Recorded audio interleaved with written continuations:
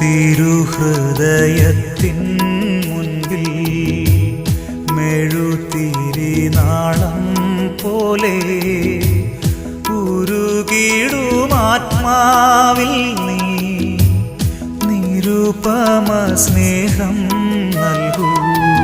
ഈശോയുടെ തിരുഹൃദയ വണക്കം. 15-ാം ദിവസം.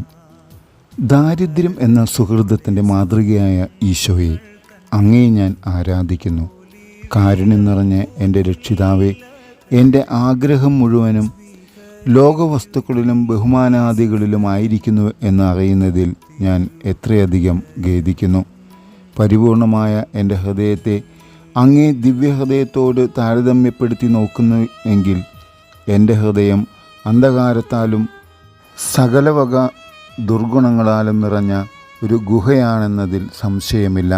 സ്നേഹം നിറഞ്ഞ എൻ്റെ ഈശോയെ, എന്നെ ദയാപൂർവം അനുഗ്രഹിക്കണമേ. അങ്ങിലുള്ള ദിവ്യ ഹൃദയത്തിൻ്റെ പ്രകാശം എന്നിലുള്ള അന്ധകാരത്തെ നീക്കി എൻ്റെ എല്ലാ ആഗ്രഹങ്ങളെയും അഭിനിവേശങ്ങളെയും സംശുദ്ധമാക്കട്ടെ.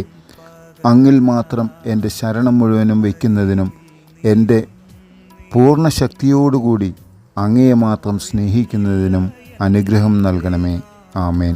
കർത്താവെ, അങ്ങേ മണവാട്ടിയായ തിരുസഭയ്ക്ക് പൂർണ്ണ സ്വാതന്ത്ര്യം കൊടുത്തരണമേ. ഞങ്ങളുടെ പിതാവായ പരിശുദ്ധ പാപ്പായെ സംരക്ഷിക്കണമേ. എല്ലാവരും അങ്ങ് ഏക സത്യസഭയെ അറിഞ്ഞ് ഏക ഇടയൻ്റെ കീഴാകുന്നതിന് വേഗത്തിൽ ഇടവരുത്തണമേ. നിർഭാഗ്യ പാപികളുടെ മേൽ കൃപയായിരിക്കണമേ. ശുദ്ധീകരണ സ്ഥലത്തിലെ ആത്മാക്കളെ ആശ്വസിപ്പിക്കണമേ. അനുഗ്രഹത്തിൻ്റെ അമ്മയായ മറിയമേ, ദിവ്യഹൃദയത്തിനാതെ ഞാൻ അപേക്ഷിക്കുന്നതും ആഗ്രഹിക്കുന്നതുമായ സകല വരങ്ങളും അങ്ങേ ശക്തമായ മധ്യസ്ഥതയിൽ ശരണപ്പെട്ട് അങ്ങ് വഴിയായി ലഭിക്കുമെന്ന് പൂർണ്ണമായി വിശ്വസിക്കുന്നു. ആമേൻ.